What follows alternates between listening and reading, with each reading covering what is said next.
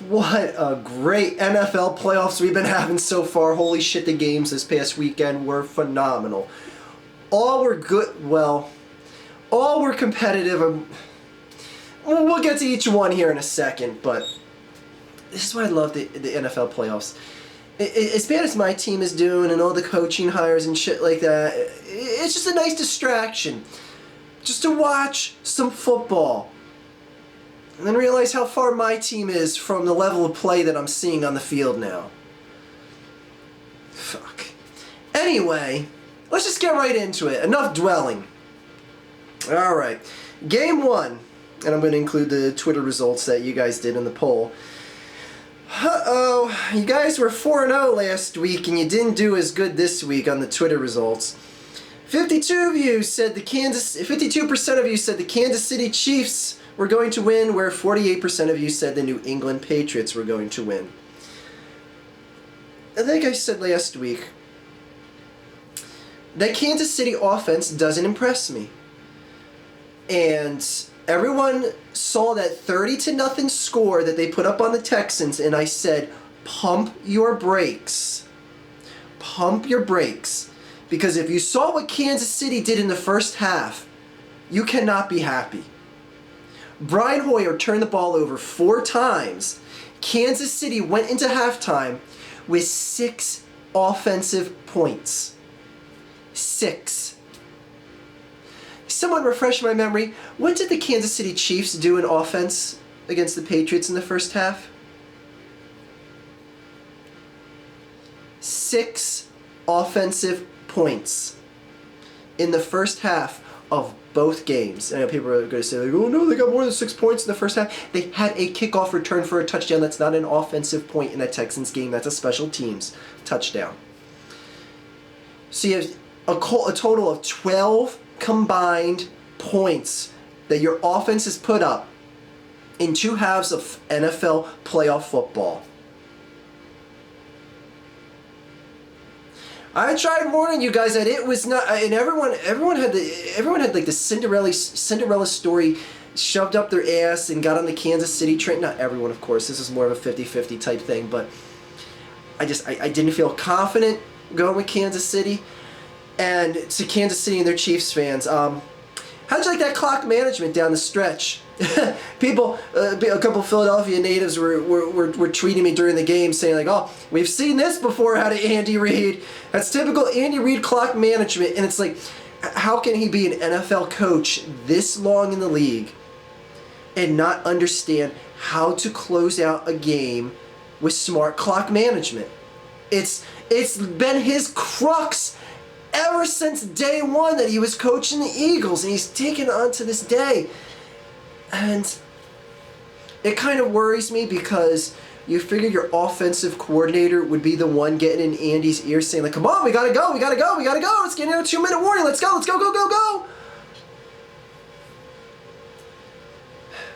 So anyways, Doug Peterson is now free to sign with anyone as an NFL coach, and he got signed by the Eagles yesterday. We'll get onto that more at a later date. I'm not bringing this video down by talking about Eagles shit.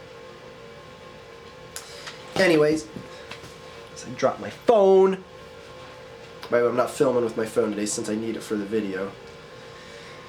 52% of you went with Kansas City, and sorry to say that you're wrong. Now, the upset pick that I had, 22% said Green Bay was going to win, 78% said Arizona was going to win. Well, not to spoil things, but this was the only game I got wrong. And if the only game I got wrong took to overtime for it to end, I'm still pretty confident with the pick that I decided. A lot of people thought I was crazy choosing Green Bay to win this game. And I told you I saw that Aaron Rodgers had awoken in that Washington game. And I said, you can't bet against him. You can't bet against him. But in all honesty, you take out that Hail Mary at the end of the game, Aaron Rodgers didn't really have that good of a game. But that's a really good defense he was playing. And coming out of this game, a lot of people are saying how, like, you know, the Arizona Cardinals didn't look good. They didn't look like a world beater type team or a team that you see going into a Super Bowl. And while I agree with you, specifically the first half and Carson Palmer making some bad passes, and even in the fourth quarter, that bad interception he threw up into the corner, Carson Palmer did look like shit. But here's the difference. Carson Palmer shined when he absolutely had to. In that fourth quarter drive where Arizona takes the lead before Aaron Rodgers throws that Hail Mary and ties the game, Carson Palmer put together that stretch of plays and got his team to the end zone. Carson Palmer in overtime flushed out of the pocket, throwing across his body, cross field, falling backwards to Fitzgerald on that, it was like 70-something yard reception. That is what I'm taking away from the game. Because a lot of times, it's not necessarily how you start, it's how you finish. And while Carson Palmer played like shit for a lot of the game, when the game absolutely 100% mattered, Carson Palmer played like a world beater, and that's all there is to it. But that's not saying that this team doesn't look vulnerable, because it does. You had Aaron Rodgers and receivers who I'd never heard. Janis, who is this guy? I'd never heard of this guy before. Hey, but what do you have, like $150 receiving? Against some of the best shutdown secondary guys in the league? Some scrub off the bench? What was supposed to be scrub off the bench? So Arizona fans, you cannot feel that confident coming out of this game. Not that confident at all. Because you had a team that didn't get the running game going, had third and fourth string receivers in the game, and once Cobb went out in the first, it was like the first or earliest second quarter, I was like, well, that's game. Who's Aaron Rodgers have left? Aaron Rodgers still found a way to keep that game competitive. And frankly, I know I said that Aaron Rodgers didn't look that good, his stats weren't that good, but, what did he have to work with? What quarterback would have looked good when you have third and fourth string receivers? So anyways, only pick I got wrong this week, I went on the edge, and Packers almost pulled it off. And as far as people saying, oh, it's unfair that, especially after that Hail Mary, that Aaron Rodgers didn't get a chance to even take a snap in overtime just because the Cardinals scored right away. If your defense can't stop the other team's offense and they go 80 yards, then you don't deserve a chance to get the ball. I'm sorry, but a defense is as important to a game as an offense. And if your defense is going to come out in overtime and have 2 plays, boom, game over, touchdown, then fuck your offense. They don't deserve to get on the field. If your defense is going to let Larry Fitzgerald, who... I hate Larry Fitzgerald for what he's done to the Eagles, but I'm pulling for him. Just for the career he's had, to the loyalty that he showed to Arizona and stayed there. He could have signed to a big name team. Instead, he stuck it out with Arizona. So I have nothing but respect for him. But man, he's punched the Eagles in the mouth so many times over the years. Anyways. Went out on a ledge. Picked the... Oops. Sorry, I lost my picks here. Picked the Packers to win, and I lost. Anyways, congratulations to the 78% of you that picked Arizona to win. 39% of you selected the Seattle Seahawks to beat the Carolina Panthers. 61% of you.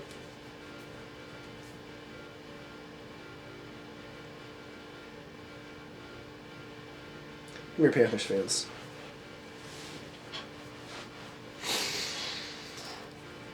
If there's any of you Panthers fans out there that are overly celebrating this win, I'm not saying you don't have a right to celebrate. Your team is going to the NFC Championship. Chalk this one up to just a terrible, sloppy win. But I don't want to hear you guys overly rubbing this in the faces of the Seattle Seahawks fans or anything like that. Because that was one of the most absolutely pathetic performances on both sides of the ball that I've ever seen in a second half of football in my life. I don't care if you try to say, oh, well, Carolina's just trying to play conservative. They got up 31-0. Granted, teams are going to play conservative. Obviously, try and kill clock. But you put up 31 points in one half of a football game, and you can't even get even a field goal. You can't even get a field goal attempt in the second half on a team that you were moving the ball on with ease. With ease. With anal ease. Not that I know what that is. It's a product. It's a lubricant that you put... Anyway. I was like, okay, here we go. There's our world beater for real team at the first half. I'm like, oh, fuck this. I'm going to the gym. I'll listen to the second half of the game on the gym. Like, there's nothing more to see here. But then I see Seattle. 2 touchdowns just like that. Third quarter. And I'm like, whoa. Defense has to make a big stop here next time Seattle gets the touchdown.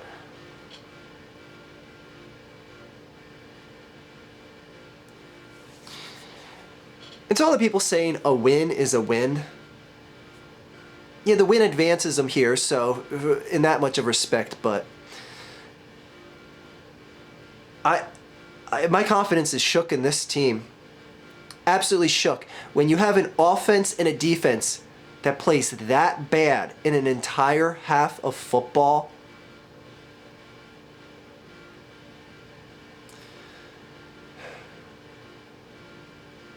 then again, Arizona got carved up by 3rd and 4th string receivers, but we'll get to that in the predictions. You got the win, Carolina. I picked you to win, and you won. But, oh, Twitter people, you got another one wrong. You guys picked, the majority of you picked Pittsburgh to beat Denver, 51% to 49%. So, all right. To be fair, the ones that you guys got wrong, it was more of a 50-50 type deal, but slight edge went to Pittsburgh, 51% of you. By the way, about 240 plus of you all voted in all 4 times. All right, Pittsburgh didn't win. Let me just scroll up to this week's pick so I have that ready. I thought that Ben Roethlisberger was not going to play well in this game. I thought he was going to play for shit. I thought his shoulder was a bit more fucked up than it ended up showing to be. Okay.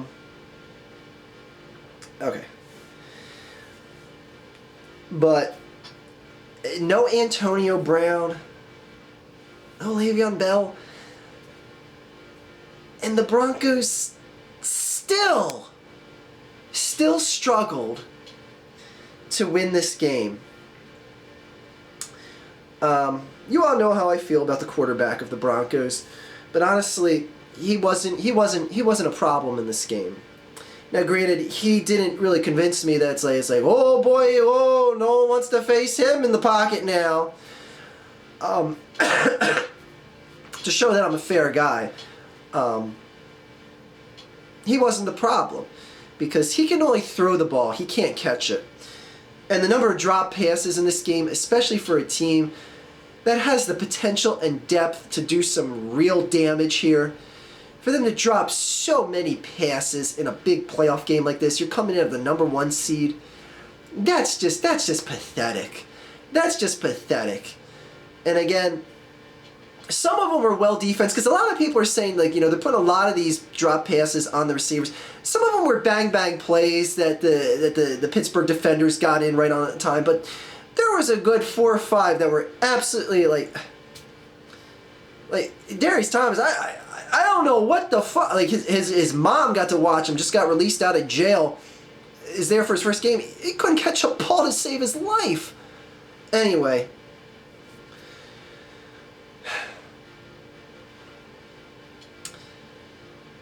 It's a shame because like I didn't even want to watch anything on ESPN or listen to any sports talk, even though I ended up doing it, and it ended up being the Peyton Dick Suck Fest. I didn't hear too awful much about that defense, which I hate to break it to anyone that wants to suck the bitch's dick over this game. But the only reason why the Broncos ended up winning that game is because they forced a crucial turnover on that DeMarcus Ware fumble recovery. A crucial turnover that took points off the board and then led to the go-ahead drive for the Broncos. Without that happening, the Broncos do not win that game. The Broncos do not win that game if it wasn't for that phenomenal, must-needed defensive forced turnover. And it's a damn shame that they'll never get the credit for it, because all anyone could talk about is the bitch won another game, who still has a losing record in the postseason.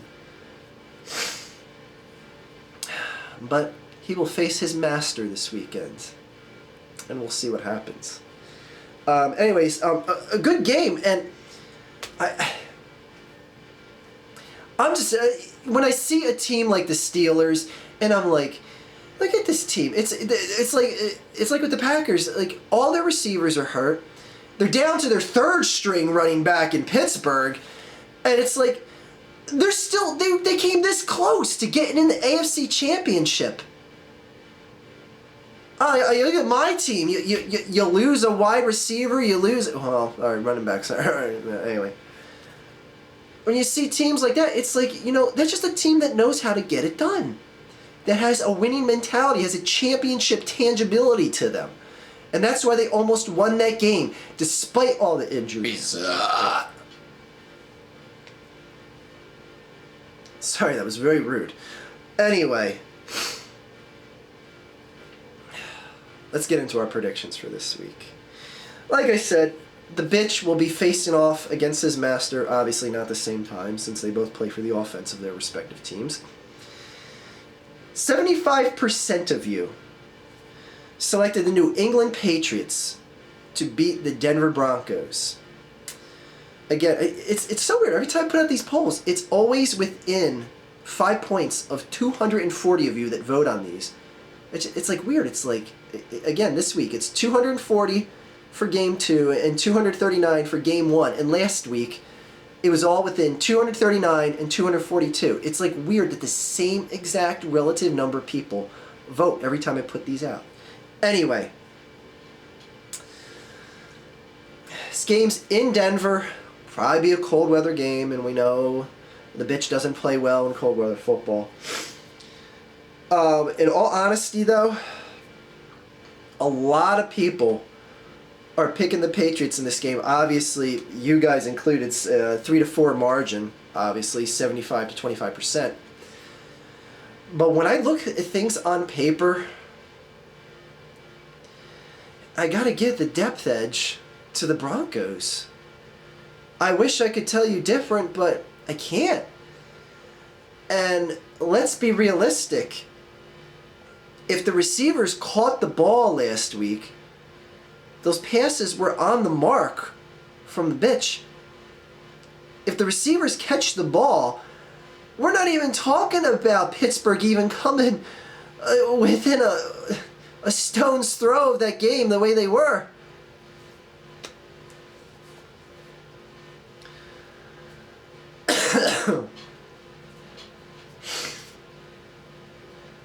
Again, on paper, the Broncos are better. But too bad on paper don't mean a fucking thing for actual results. The Patriots are winning this game. The Patriots are winning this game. They're going to another Super Bowl. By the way, I think this is like it's Tom Brady's 10th, 11th. Sorry, my nose is running. 10th, 11th AFC Championship game. Joe Montana made it to 7. Just thought I'd throw that in. Anyway. I say Tommy Boy going back to another Super Bowl. And I don't think this game is going to be pretty. I don't think this game is going to be pretty. The Patriots defense is better than the Pittsburgh defense.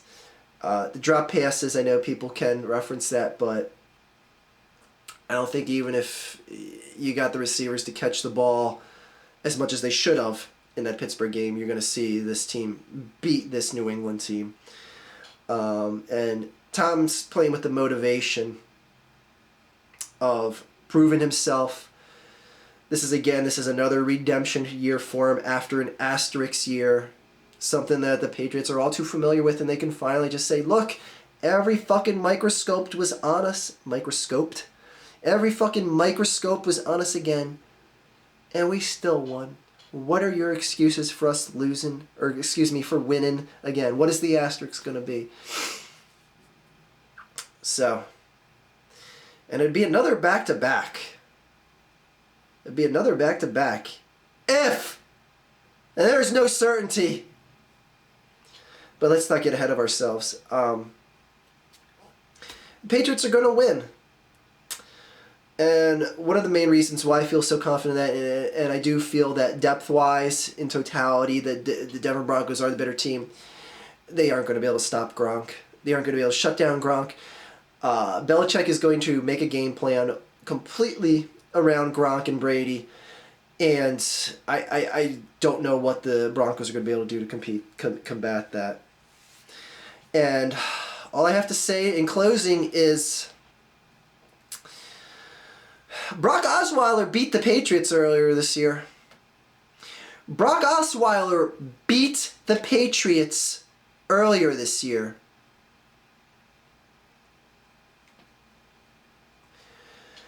"57% of you are choosing the Arizona Cardinals to the 43% of you that are choosing the Carolina Panthers to win."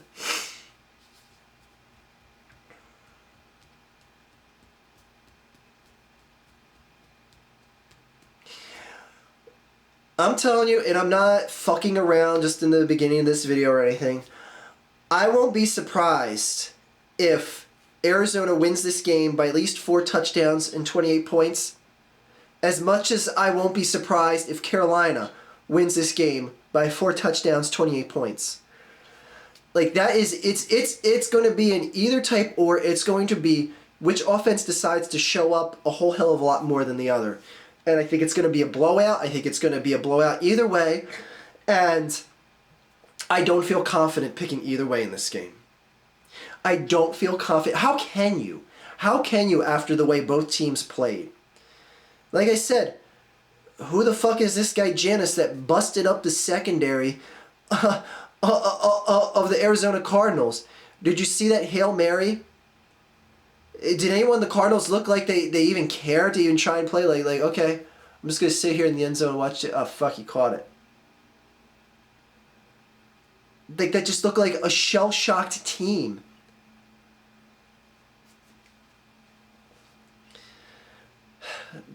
But it is Aaron Rodgers to give the Arizona Cardinals some respect. But again, that was a team that they just busted up. It was like, what was it, 38-0, 31-0, 3 weeks prior. And they come back looking that soft against a team that was worse and more damaged with guys like Cobb out of the game. Think I'm going to have confidence in picking the Cardinals to beat the Panthers after the 31-point ass whooping they opened up in the first half?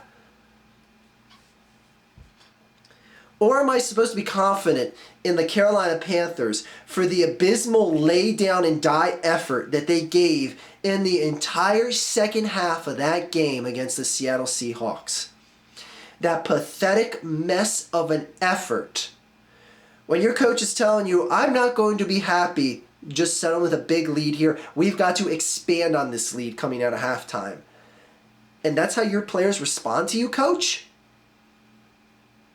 Ron Rivera should have just lined everyone up and just ran down a straight line and just slapped everyone in the fucking face. Saying, remember that sting. Because it's going to sting a whole hell of a lot worse if you come out with effort like that against a team like the Cardinals. Because I hate to break it to you, the Cardinals will score more than 31 points in a second half if you lay down and die the way that you did in the second half against the Seahawks. They got a whole hell of a lot more weapons on offense than the Seahawks do. And Carson Palmer can put up 5 touchdowns and a half if need be. If you give an effort like you did Carolina on defense in that second half, and Carson Palmer will absolutely put up 5 touchdowns on you in a second half. You put that shit effort up.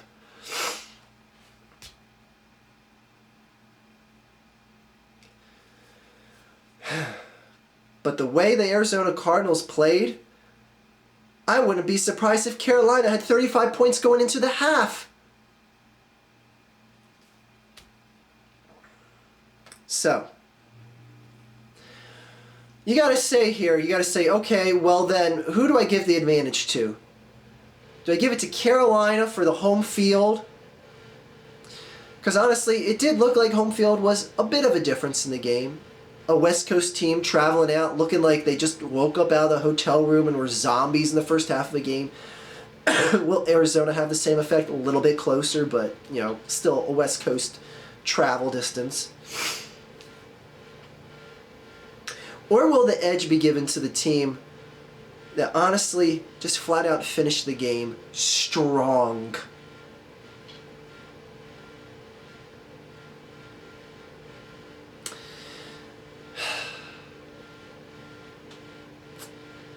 It's not how you start, it's about how you finish. I'm picking the Arizona Cardinals to win. For the main reason that I left the game feeling impressed with what Arizona did, based on how I felt with what Carolina did in laying down to die in an entire half of football. Again, I still won't be shocked if the Panthers win this game by 4 touchdowns. But if I have to pick an edge here, it's for the Cardinals. So I'm picking with you guys both, either all 140 some odd of you that voted on Twitter, or 240, whatever the fuck it was, 240, we're either both going to be wrong, both going to be right. Either way, I think we're going to see some good fucking football this Sunday. And I'm fucking excited, yet a little sad, because with all this exciting football, I know the end of the football season is coming, and it's Phillies baseball. At the end of the Sixers season, Flyers might make the playoffs.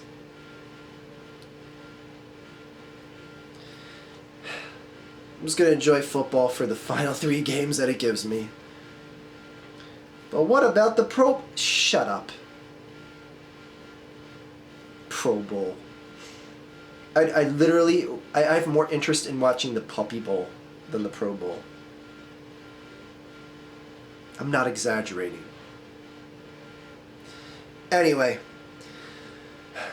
Good luck, Cardinals, Panthers, Broncos, Patriots. Again, I look at these teams and I'm go, I wish my team was there. I wish my team had the talent these teams had. I'm envious of this, but I love it. That is all. Have a good day, everyone. Fuck the Dallas Cowboys.